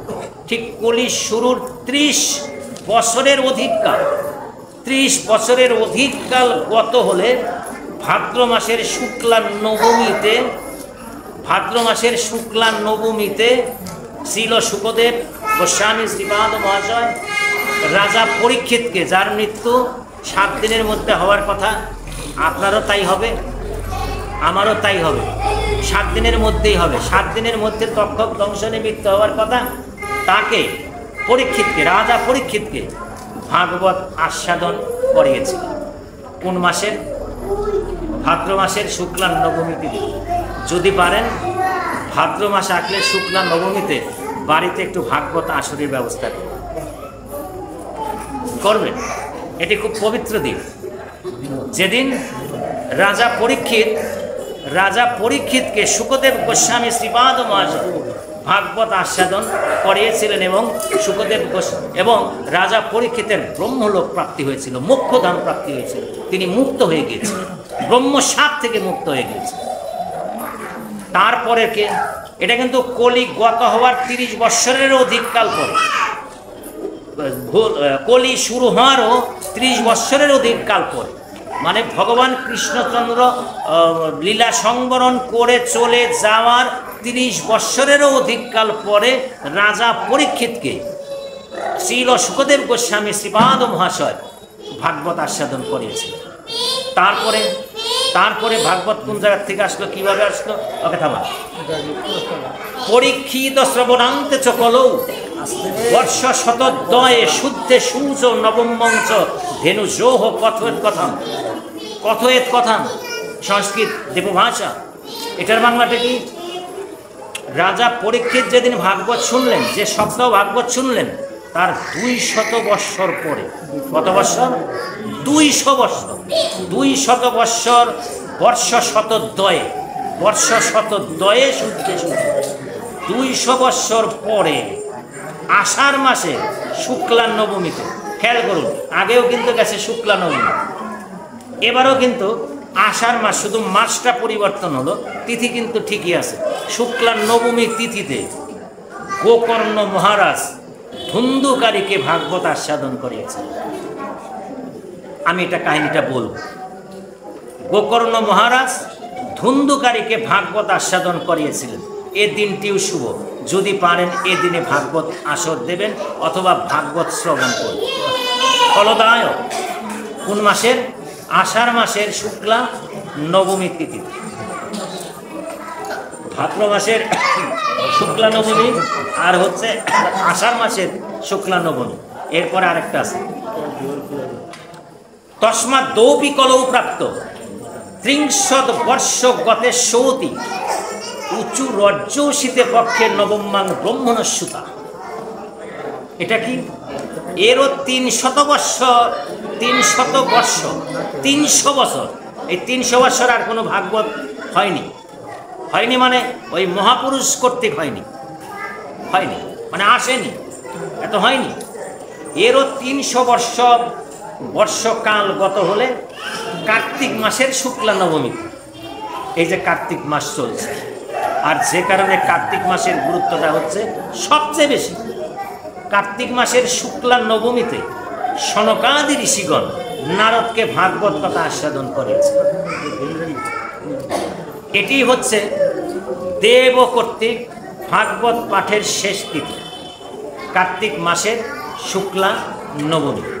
এটা কৃষ্ণপক্ষ চলছে, কার্তিক মাসের কৃষ্ণপক্ষ চলছে না, সামনে অমাবস্যা না, সামনে অমাবস্যা, কৃষ্ণপক্ষ চলছে। এরপরে যে শুক্লা নবমী না, গত হয়ে গেছে, আমি ভুল বললাম, গত যে এই যে রাসের যে পূর্ণিমাটা, রাস পূর্ণিমা গেছে, তার আগে যেন ওইখানে এটি গত হয়ে গেছে শুক্লা নবমী তিথি। তাহলে কার্তিক মাসের শুক্লা নবমী, আষাঢ় মাসের শুক্লা নবমী এবং ভাদ্র মাসের শুক্লা নবমী, তিনটাই হচ্ছে নবমী তিথি। প্রথম যেটি হয়েছিল সেটা রাজা পরীক্ষিতকে উদ্ধারের জন্য। তাহলে ভাগবত উদ্ধার করে না, ভাগবত উদ্ধার করে, এই তো উদ্ধারের জন্য রাজা পরীক্ষিতকে ব্রহ্মসাপ থেকে মুক্ত করার জন্য ভাগবত পাঠ হয়েছে প্রথমটি। দ্বিতীয়টি কে করেছিল? গোকর্ণ মহাপণ্ডিত গোকর্ণ, আমি কিছুক্ষণ পরে বলবো, তার পরিচয় দেব। গোকর্ণ ধুন্ধুকারীকে, তার মানে তার নিজের ভাইকে, নিজের প্রেত ভাইকে ভাগবত আস্বাদন করিয়েছে। কেন? প্রেত জনিত থেকে মুক্ত করার জন্য, তার পাপ দূর করার জন্য। তাহলে ভাগবত শুনলে পাপ দূর হয়, ভাগবত শুনলে ব্রহ্মসাপ দূর হয়, ভাগবত শুনলে মোক্ষধাম প্রাপ্ত হয়। আর তৃতীয়টা কি? যখন নাকি নারদ প্রশ্ন করেছিল যে অনাগত যে কলি চলছে, আরো যে ঘোর কলি আসছে সামনে, সেই ঘোর কলিতে মানুষ কিভাবে মুক্তি পাবে, এই প্রশ্নটি যখন করেছিল সনকাদি ঋষির কাছে, তখন সনকাদি ঋষিগণ সনকানন্দ, সনাতন, এরকম যে ঋষিরা, 4 জন, সম্ভবত 4 জন, খেয়াল আসতেছে নামটা, নোটও আমার কাছে নেই, 4 জন ঋষি একযোগে নারদকে ভাগবত আস্বাদন করিয়েছে। সনত কুমার, সনকা, সনাতন, সনত কুমার, এই 4 জন ঋষি একযোগে, এবং ব্রহ্ম তেজ সম্পন্ন উলঙ্গ দিগম্বর ছোট বালক বিদ্যুৎ জটির চেয়েও বেশি গতিতে ত্রিভুবন পরিভ্রমণ করতে পারে ওই সনকাদি ঋষি। তারা নারদকে এই ভাগবত আস্বাদন করিয়েছে তিনটি কারণে। কিন্তু কলির জীবের মুক্তির জন্য নারদকে শুনিয়েছিল, ধুন্ধুকারীকে মুক্তির জন্য, প্রেত জনিত থেকে মুক্তির জন্য গোকর্ণ শুনিয়েছিল, রাজা পরীক্ষিতকে ব্রহ্মসাপ থেকে বাঁচানোর জন্য, ব্রহ্মসাপ থেকে মুক্ত করার জন্য শুকদেব গোস্বামী শ্রীপাদ শুনেছে। এই হচ্ছে ভাগবত। এখন আমরা যাব গোকর্ণ যেভাবে শুনে, আমরা দুটি কাহিনী কিন্তু জানি, দুটি কাহিনী আমরা জানি। রাজা পরীক্ষিতের কাহিনী আমরা শুনতে শুনতে অনেক শুনে ফেলেছি, আবার সনকাদি ঋষিগণের যেটি ওটিও শুনে ফেলেছি, ওটি একটি সংক্ষিপ্ত পরিসর। আজকে একটা তত্ত্ব আমি বলছি, সেটি হচ্ছে এই গোকর্ণ। এই বইটি আপনারা সংগ্রহ করে নেবেন, যে ভাগবত মাহাত্ম্য লিখে নেবেন, এইটি সংগ্রহ করে নেবেন। এর মধ্যে তত্ত্ব আছে, এটি যদি পারেন কিনে নেবেন, বাড়িতে পড়বেন আপনি ভাগবত মাহাত্ম্য।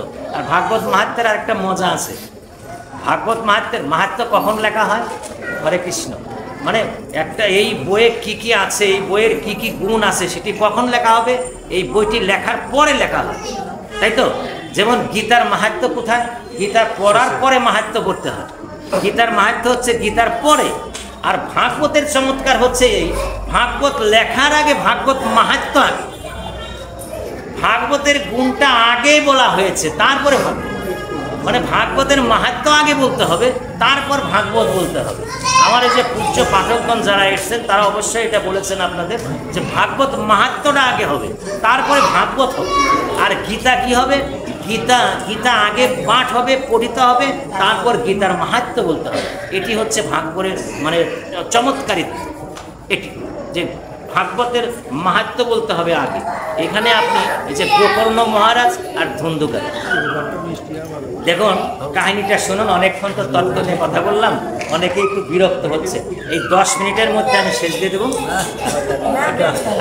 আচ্ছা, একটু কথা বলি, একটু কথা বলি।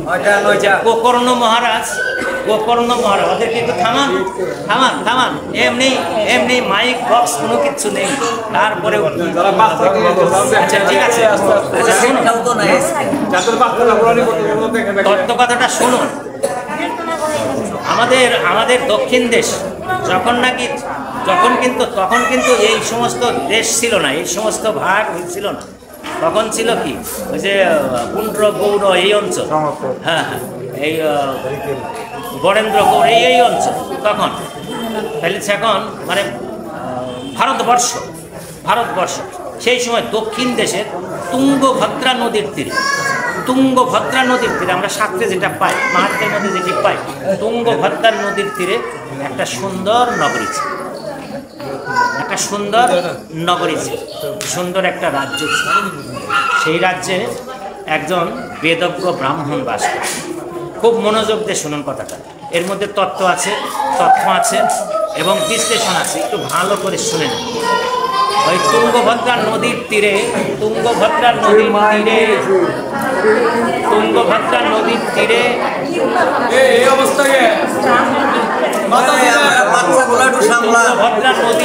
সুন্দর একটা রাজ্য ছিল। সেই রাজ্যে একজন বেদজ্ঞ ব্রাহ্মণ ছিল। ওই বেদজ্ঞ ব্রাহ্মণের নাম ছিল আত্মদেব। কি নাম ছিল? আত্মদেব। বেদজ্ঞ ব্রাহ্মণ, শাস্ত্রজ্ঞ, বেদে পারদর্শী, ব্রহ্ম, নাম হচ্ছে আত্মদেব। আর তার স্ত্রী ছিল ঠিক তার বিপরীত। এরকম কিন্তু অনেক ঘরেই থাকে, স্বামী একরকম, স্ত্রী আরেক রকম, স্ত্রী একরকম, স্বামী আরেক রকম, এরকম থাকে। মানে সোনায় সোহাগা খুব কম ফ্যামিলিতেই, খুব কম পরিবারেই হয়, একজন একরকম। ঠিক আমাদের এই ব্রাহ্মণ পরিবারও এরকম। আর তার স্ত্রীর নাম ছিল কি, নামটাও ছিল বিচিত্র, নামটা ছিল ধুন্দুলি। কত ভালো নাম না, ধুন্দুলি, চমৎকার নাম, সেই সময়ের নাম ধুন্দুলি। এত কলহপ্রিয়কে আধুনিক বাংলায় কি বলে? দরজা, চাপা নাড়াই, খালি বাঁচা, কলহপ্রিয়, সব সময় ঝগড়াঝাটি এবং কৃপণ, আঙ্গুলের ফাঁক দিয়ে জল পড়ে, কৃপণ। নামটা কি? ধুন্দুলি। তাহলে স্বামী হচ্ছে বেদজ্ঞ ব্রাহ্মণ, ব্রহ্মজ্ঞ আত্মদেব, আর তার সহধর্মিনী সে হচ্ছে ধুন্দুলি, বাচাল, কলহপ্রিয়, ঝগড়াটে। কিন্তু তাদের ঘরে কোনো সন্তান নেই, নিঃসন্তান। আর নিঃসন্তান হওয়ার কারণে এমন অবস্থা হয়ে গেছে পরিবারটি, পিতৃপুরুষরা কেউ উদ্ধার পাচ্ছে না। যদি কোনো সংসার পুত্রহীন হয় তাহলে পিতৃপুরুষ খুব কষ্টে থাকে। কেন?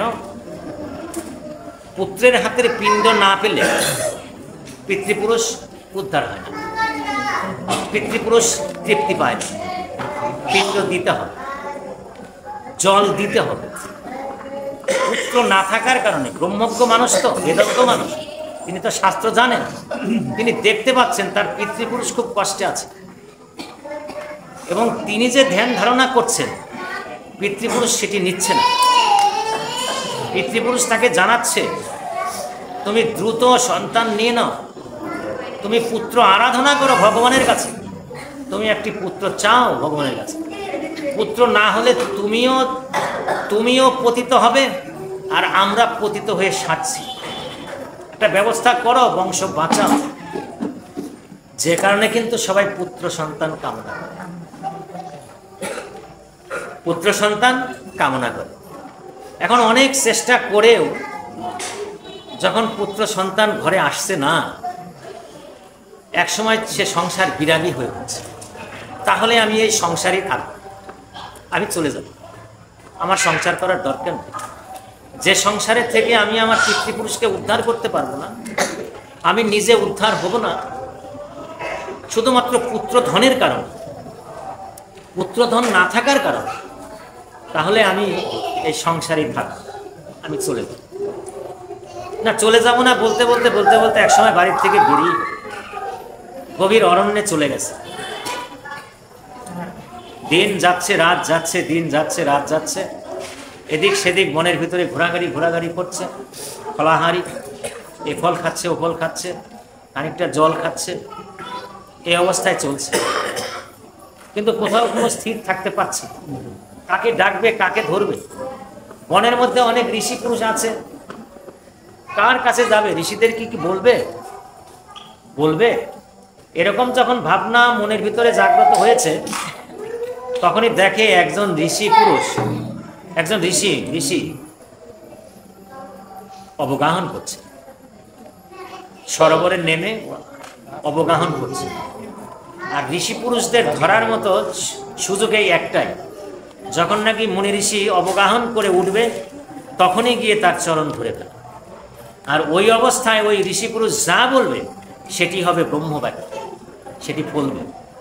এতে একটা মুখ্য সময় পেয়ে গেছে, যখন নাকি ওই ঋষি স্নান সেরে উপরে উঠেছে।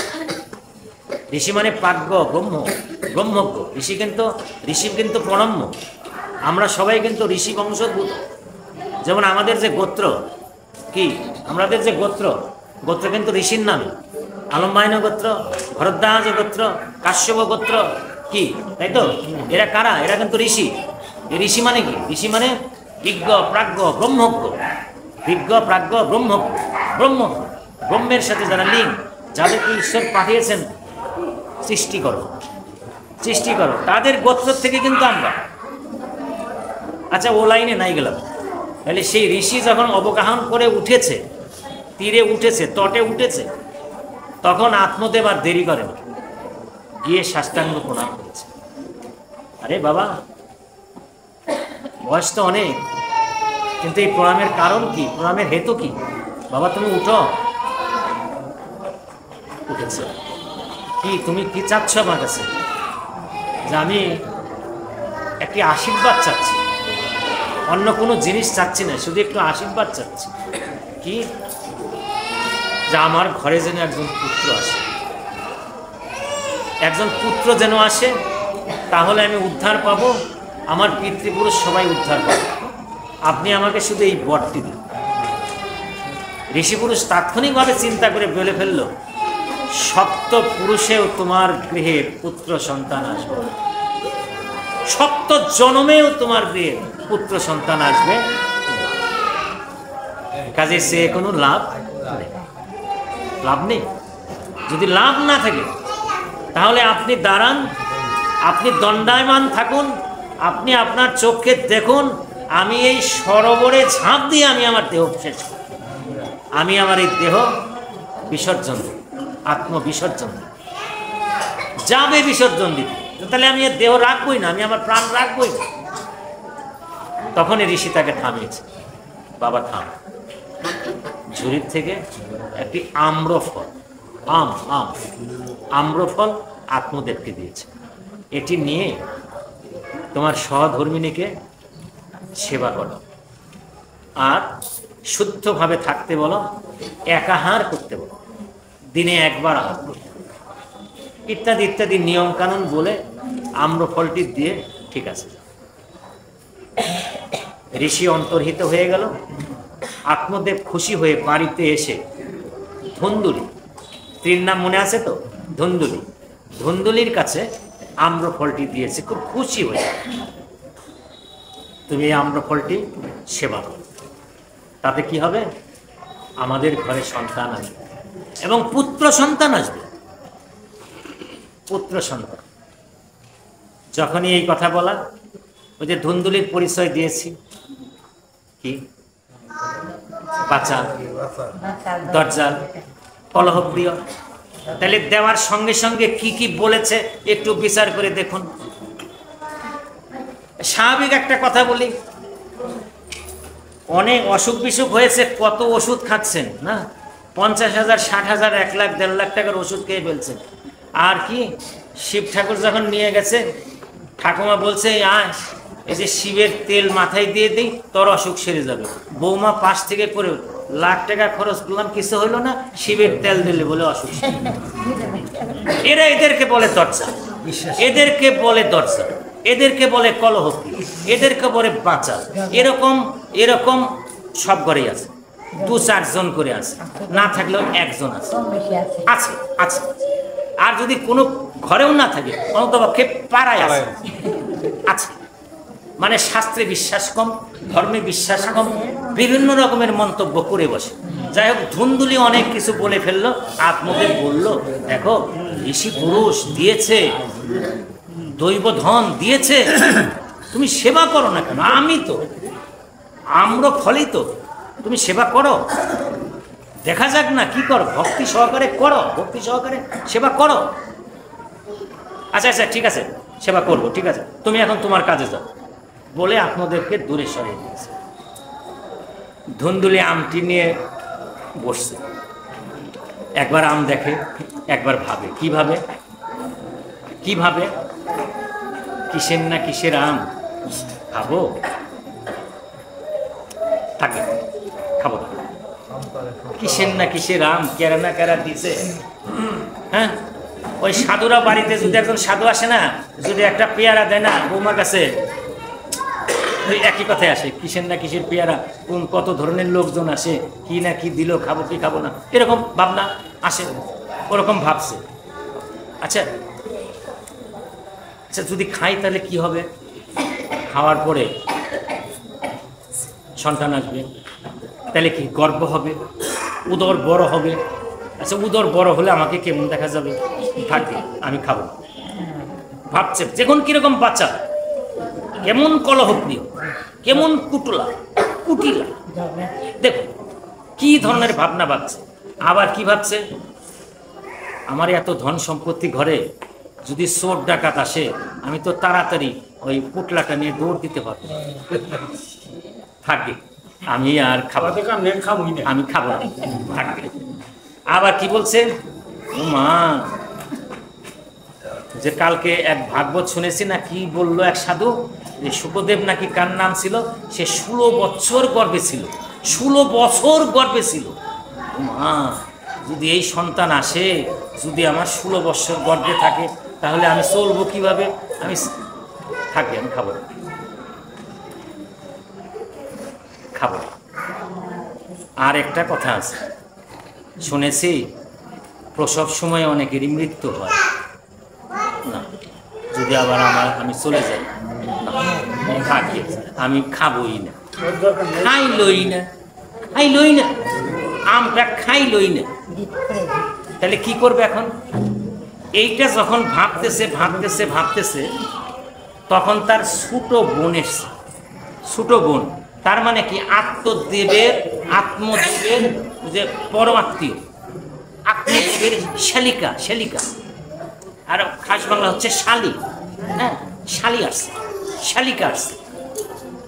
যখন দুই বোন বসছে, কে তোরে এরকম দেখা যেতেছে কেন, বিমর্ষ মনে হচ্ছে কেন, এত আর কোশ নাই, তো খাওয়ার দরকার নেই, অত চিন্তা করার দরকার নেই, খাওয়ার দরকার নেই, বরঞ্চ তুই এক কাজ কর,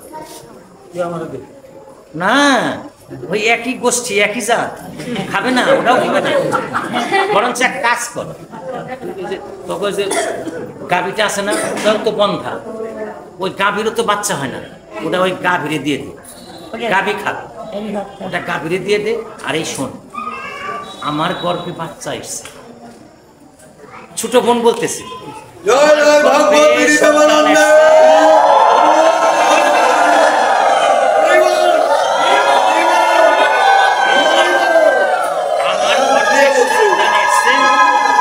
আমার এই সন্তানটি, আমার তো 4 জন সন্তান। ছোট বোন বলতেছে, দেখুন কি পরিমাণ সংসারে কি কুমন্ত্রণা হয়। দেখুন আমার তো 4টা সন্তান, এটা 5ম সন্তান আসতেছে আমার ঘরে, আমার গর্ভে। আমি এই সন্তানটা তোরে দিয়ে দেব, তুই এক কাজ কর, কুমন্ত্রণা কি, যে তুই তোর গর্ভে বাচ্চা আসছে, সন্তান আসছে, এরকম একটা ভাব করে থাক। আমার যখন বাচ্চা হবে, বাচ্চাটি এনে আমি তোকে দিয়ে দেব। ছোট বোন বলছে এটি বই কিনে নেবেন, ভাগবত মাহাত্ম, এখানে আমি বইটি নিয়ে এসেছি। আবার যদি কেউ কিছু মনে করেন কাহিনীটা, ছোট বোনই কথা বলতেছে, মানে সংসার এটা ফুটে উঠানো হয়েছে কেন, সংসারের চিত্রটা তুলে ধরা হয়েছে। সংসারের জীব কি করে, ঘরের মধ্যে কি পরিমাণ কুটিল মন্ত্রণা হয়, সেটা দেখুন। যে আমার সন্তান হবে, এ তো কিছুদিনের মধ্যেই হবে, হওয়ার পরে আমি সন্তানটা এনে দেব, আর আমারটা আমি বলবো তো যে আমার বাচ্চাটা নাই, মারা গেছে, তুই এটা খাস না, কিসের নাকি খাস না। ঠিক যে ঘটনা তাই ঘটলো বলে চলে গেল আমটি ওই বন্ধা গাভীকে খাওয়ানো। দেখতে দেখতে এক সময় কি হলো, গাভীরও বাচ্চা এলো, গাভীরও গর্ভে বাচ্চা এলো, বোঝা যাচ্ছে বাচ্চা এসছে। আর এদিকে তারও বাচ্চা প্রসব হয়েছে, বাচ্চা চলেও আছে। আত্মদেবকে জানানো হলো যে আমার বাচ্চা হয়েছে, আমি সুস্থ আছি, ভালো আছি, তুমি তো ছিলে না, আমার বাচ্চা এসেছে, ভালো বাচ্চা।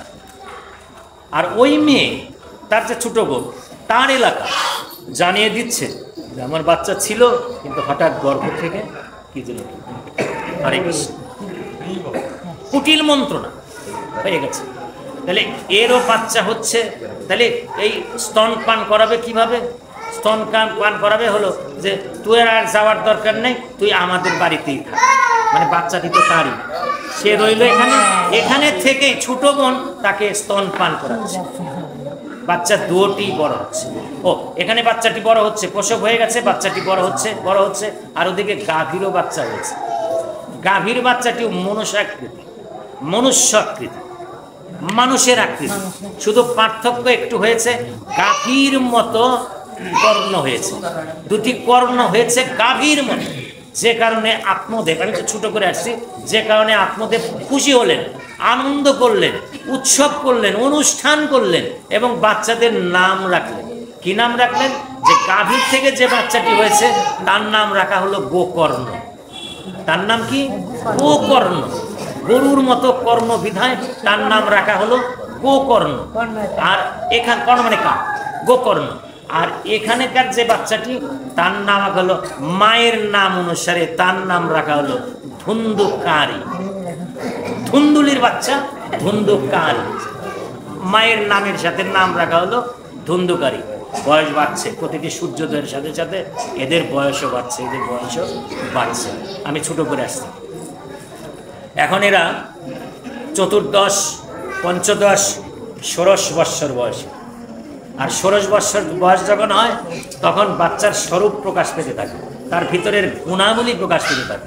গুণাবলীতে এমন হলো, গোকর্ণ হয়ে গেল মহাপণ্ডিত, গোকর্ণ মহাপণ্ডিত, বিজ্ঞ, ভাগবত, পরম ভাগবত, বৈষ্ণব গোকর্ণ।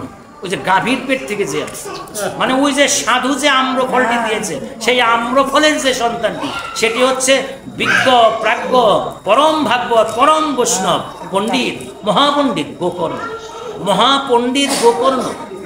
আর এ যে ধনটি আসছে, সে ধনটি হচ্ছে চরম দুরাচার, পাপিষ্ঠ। এমন কোনো কাজ নেই যা সে করছে না। হত্যা করছে, খুন করছে, মদ্যপান করছে, নারী সঙ্গ করছে, পাপিষ্ঠ। সংসার থেকে সব কিছু নিয়ে যাচ্ছে, একে একে নিয়ে বিক্রি করে দিচ্ছে। আর সেই অর্থ দিয়ে মদ্যপান করছে, সুরাপান করছে, নারী সঙ্গ করছে, অর্থবিত্ত। বাবাই যখন বাধা দিতে যাচ্ছে, বাবাকে প্রহার করছে, মাকে প্রহার করছে, সংসার জ্বালিয়ে দিচ্ছে। একসময় গোকর্ণকে ডেকে বাবা বল, আত্মদেব, বাবা আমি তো আর সংসারে থাকতে পারছি না, তুমি কি বলো? বাবা তুমি এখনো সংসার করো, এখনো সংসার বলো, তোমার ভিতরে এখনো বৈরাগ্য আসেনি? এই সংসার কি থাকার জায়গা? তুমি বরং বৈরাগ্য নিয়ে চলে যাও, তুমি ঈশ্বরকে আরাধনা করো। তখন ওই আত্মদেবের বয়স হচ্ছে 70 বৎসরের উপরে। তখন এখানে উল্লেখ আছে, বাবা গোকর্ণের পরামর্শক্রমে, পরম ভাগবত ছেলে তার পরামর্শক্রমে পিতা আত্মদেব বনে চলে গেলেন, বৈরাগ্য নিয়ে সংসার ত্যাগ করে চলে গেলেন। আর যখন বাবা চলে গেল, আর গোকর্ণ তো সংসার ত্যাগী, সে তো বিরাগী, পরম ভাগবত বৈষ্ণব, সে তো সবসময় হরিকথা নিয়ে আছে, ভাগবত নিয়ে আছে, বিষ্ণু সেবা নিয়ে আছে, সে তো আর সংসারে নেই, সে তো ব্রাহ্মণ, সাধু, মহাপুরুষ, সে আছে। এখন সংসারে কে? ধুন্দুলি আর ধুন্দুকারী। ধুন্দুকারী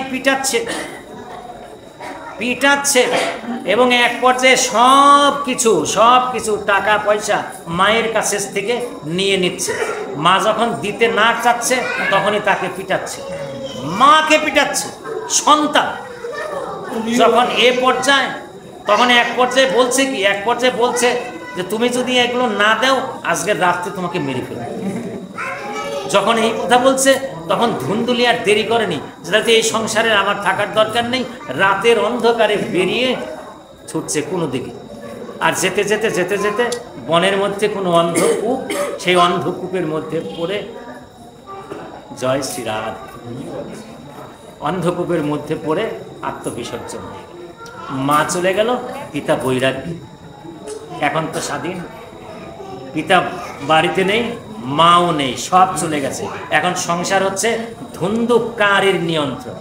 ধুন্দুকারী ইচ্ছা মতো মদ্যপান করছে, সেবা করছে, নারী নর্তকী এনে যা কিছু করা দরকার বাড়ির ভিতর করছে। 4 জন নারী সঙ্গ করছে, 4 জন। এখন যাদেরকে নিয়ে এসছে, তারা শুধু দাবি করছে, এই অলংকার দাও, এই সেটা দাও, ওটা নিয়ে আসো, এটা নিয়ে আসো, এটা দরকার, ওটা চাই, এই যে চাই, সংসারে শুধু চাই, এটি শুরু হয়ে গেছে। আর ও কি করছে? লুট করছে, চুরি করছে, ডাকাতি করছে। একদিন এমন হয়ে গেছে, রাস বাটির থেকে অলংকারাদি চুরি করে এনে ওই যে তার যে পোষ্য নারী, তাদের হাতে দিয়েছে। আর নারীরা ওটি পেয়ে বুঝে ফেলেছে এটা তো রাজবাড়ি, তাহলে রাজবাড়ির ধন চুরি করে এনেছে। কালকেই তো এটা যদি প্রমাণ হয়ে যায়, এটা যদি ধরা পড়ে যায়, তাহলে ও মরবে, আমাদেরও মারবে। তাহলে এক কাজ করা যাক, আজকে রাত্রেই ওকে মেরে ফেলতে হবে, আমি খুব ছোট করে নিয়ে আসছি, রাত্রেই মেরে ফেলতে হবে। তখন 4 জন মেয়ে, 4 জন নারী একত্র হয়ে প্রথমত তার মুখে আগুন গুজে দেয়, আগুন গুজে দেয়, তাতেও মরে না। গলায় ফাঁস লাগায়, তাতেও মরে না। তখন কি করে? চারজন চারদিক থেকে ধরে মাটি গর্ত করে সেই গর্তের মধ্যে নামিয়ে মাটি চাপা দেয় ওই ঘরের মধ্যে। ওই ঘরের মধ্যেই সারা রাত গর্ত করে ঘরের মধ্যেই চাপা দিয়ে তাকে হত্যা করে অলঙ্কারাদি যা ছিল তা নিয়ে ওই নারীরা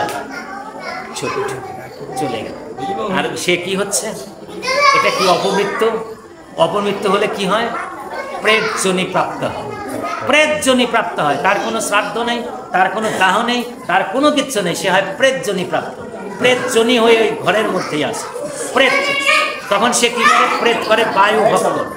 বায়ু ভক্ষণ ছাড়া অন্য কিছু ভক্ষণ করতে পারে না। প্রেত বায়ু ভক্ষণ করে। যখন এই ব্যবস্থা করে তখন গোকর্ণ শুনলো যে তার মা মারা গেছে, বাবা তো চলেই গেছে, তাহলে একটু বাড়িতে ঘুরে আসি, আর বাড়িটার কি অবস্থা একটু দেখে আসি। বাড়িতে আসছে রাত্রে, এসে দেখে যে কেউ নেই, ঘরে শুয়ে আছে।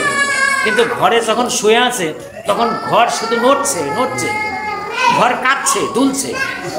এবং একসময় একটা বিশাল মূর্তি ধারণ করে এসে ভয় দেখানোর চেষ্টা হচ্ছে। তখন গোকর্ণ বলছে, তুমি কি প্রেত, রাক্ষস, না অন্য কিছু? কে তুমি? কথা বলতে পারে না। প্রেত তো কোনো কথা বলতে পারে না। কাছের যে কুমণ্ডল ছিল, কুমণ্ডল থেকে জল নিয়ে ছিটা দিয়েছে। আর ছিটা দেওয়ার সঙ্গে সঙ্গে অস্ফুট স্বরে বলছে যে আমি তোমার ভাই ধুন্ধুকারী, আমি প্রেতজনি প্রাপ্ত হয়েছি। তুমি প্রেত হয়েছ কেন? আমি তো তোমার মৃত্যু সংবাদ শুনেছি। মৃত্যু সংবাদ শুনে, খুব খেয়াল করুন, তত্ত্ব আছে এখানে। মৃত্যু সংবাদ শুনে আমি গয়ায় তোমার শ্রাদ্ধ করে এসেছি। দাদা, গয়ায় শ্রাদ্ধ করলেও আমার মুক্তি হবে না। গয়ায় শ্রাদ্ধ করলেও আমার মুক্তি হবে না। ওরকম শত গঙ্গায়ও যদি তুমি আমার শ্রাদ্ধ করো, আমার কাজ হবে না। তাহলে কি করতে হবে? তোমার যা ব্যবস্থা করা দরকার তুমি সেই ব্যবস্থা করো। তখন গোকর্ণ বলছে, তাহলে কি করা যায়? রাত্রি কোনোভাবে কাটিয়ে পরের দিন যত শাস্ত্রজ্ঞ ব্রাহ্মণ আছে, মুনি ঋষি আছে, সবাইকে ডেকে একত্রিত হয়ে বলছে যে আমার ভাই, আমার ভ্রাতা ধুন্ধুকারী প্রেতজনি প্রাপ্ত হয়েছে, তাকে উদ্ধারের ব্যবস্থা বলে দিন। ঋষিরা বলছে, যদি পারো প্রথম যে সূর্যোদয় হবে সূর্যের আলো ধরো, সূর্যদেবের কাছে জিজ্ঞেস করো যে তোমার ভাইয়ের মুক্তি কিভাবে আসবে। গোকর্ণ তো ব্রহ্মজ্ঞ, বেদজ্ঞ, ব্রাহ্মণ, পরম ভাগবত, আগেই বলেছি। একদম সূর্যদেব উদিত হওয়ার সঙ্গে সঙ্গে সূর্যদেবের সামনে দাঁড়িয়ে বলছে, সূর্যদেব তুমি বলে দাও আমার ভাইয়ের মুক্তি কিভাবে হবে। সূর্যদেব বলছে, ভাগবত আস্বাদন করো, ভাগবত আস্বাদন করাও। যদি ভাগবত আস্বাদন করাতে পারো তাহলে তোমার ভাই ধুন্ধুকারী প্রেতজনিত থেকে মুক্ত হবে। বলেই সূর্যদেব উদিত হয়ে গেল মধ্য আকাশে, চলে গেল। ধুন্ধুকারী ভাগবত আস্বাদনের আয়োজন করল। সপ্তদিন যজ্ঞ, ভাগবত যজ্ঞ, 7 দিন ব্যাপী ভাগবত আস্বাদন করা হল। সমস্ত মুনি ঋষি, পাড়া প্রতিবেশী, সমাজ, সমস্ত লোক এসে ভাগবত আস্বাদনে বসে পড়ল। কারণ ধুন্ধুকারী থাকবে কোথায়? ধুন্ধুকারী বাতাসের মতো এসে ভাইকে বলল যে আমি তো থাকতে পাচ্ছি না, আমাকে থাকার ব্যবস্থা করে দাও। কিভাবে? যে একটা বংশী আনো, বংশী মানে কি? বাঁশ, সপ্তদণ্ডের একটা বাঁশ আনো, ওই বাঁশের মধ্যে আমি, সপ্তদণ্ডের মধ্যে আমি প্রবেশ করব। তখন ওই সপ্তদণ্ডের মধ্যে প্রবেশ করলো ওই ধুন্ধুকারী। ভাগবত আস্বাদন হচ্ছে। কে পড়াচ্ছে? কে আস্বাদন করাচ্ছে? গোকর্ণ নিজে ভাগবত শ্রবণ করাচ্ছে। 7 দিন। প্রথম দিন যখন পার হয়ে গেল, বংশী দণ্ডের প্রথম যে দণ্ডটি সেটি ফেটে গেল। দ্বিতীয় পর্বটি ফেটে গেল। তৃতীয় দিন, চতুর্থ দিন, পঞ্চম, সপ্তম দিনের দিন ভাগবত পাঠে ওই পর্বটি ফেটে বাঁশ একদম চৌচির হয়ে গেল। যখন চৌচির হয়ে গেল তখন দণ্ডায়মান হলো কি একজন দিব্য বেশধারী মহাপুরুষ। আর ততক্ষণে বৈকুণ্ঠ ধাম থেকে রথ এসে উপস্থিত